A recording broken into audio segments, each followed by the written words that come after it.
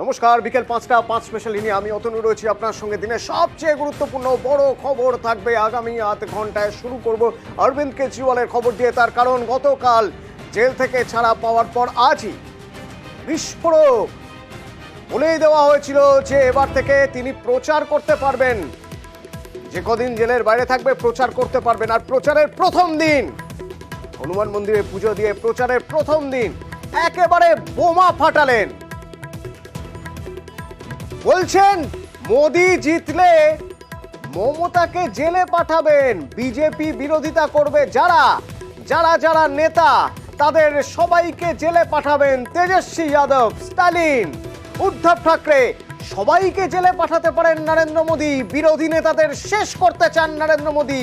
মমতা বন্দ্যোপাধ্যায়কে জেলে পাঠাবেন এবার যদি নরেন্দ্র মোদী ক্ষমতায় আসেন, বলছেন কেজরিওয়াল।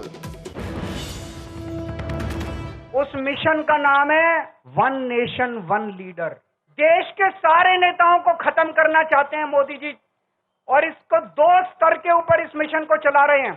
जितने विपक्ष के नेता हैं उनको जेल भेजेंगे, और जितने बीजेपी के नेता हैं उनको सबको निपटा देंगे, उनकी राजनीति खत्म करते जाएंगे। विपक्ष के अंदर आज इन्होंने मनीष सिसोदिया को जेल भेज दिया, संजय सिंह को जेल भेज दिया, सत्येंद्र जैन को जेल भेज दिया, केजरीवाल को जेल भेज दिया, हेमंत सोरेन को जेल भेज दिया, ममता दीदी के कई मंत्रियों को जेल भेज दिया, स्टालिन के कई मंत्रियों को जेल भेज दिया। केरला के सीएम के पीछे पड़े हैं।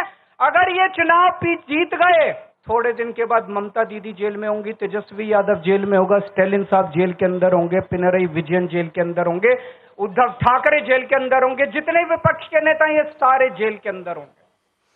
গতকালই জেল থেকে ছাড়া পাওয়ার কথা যখন সুপ্রিম কোর্ট গতকালই যখন জামিন মঞ্জুর করেছিল, প্রথম এক্স স্যান্ডেলে লিখেছিলেন মমতা বন্দ্যোপাধ্যায়, লিখেছিলেন যে আইএনডিআই এর প্রচার আরও জোরদার হবে, আরও মজবুত হবে, আরও জোরদার প্রচার করা সম্ভব হবে। আর প্রচারের প্রথম দিন অরবিন্দ কেজরিওয়াল বুঝিয়ে দিলেন যে তিনি জোট সঙ্গীদের নিয়েই এগিয়ে যেতে চান। তাই তার মুখে মমতা বন্দ্যোপাধ্যায়ের কথা, তার মুখে স্টালিনের কথা, তেজস্বী যাদবের কথা। তো যখন বলছেন যে মোদি এবার জিতলে এই বিরোধী নেতাদের জেলে পাঠাবেন, মমতা বন্দ্যোপাধ্যায়ের নামও বলছেন, তখন এ রাজ্যের নেতারা কিভাবে দেখছেন, বিজেপি কিভাবে দেখছে, আর তৃণমূল কি বলছে?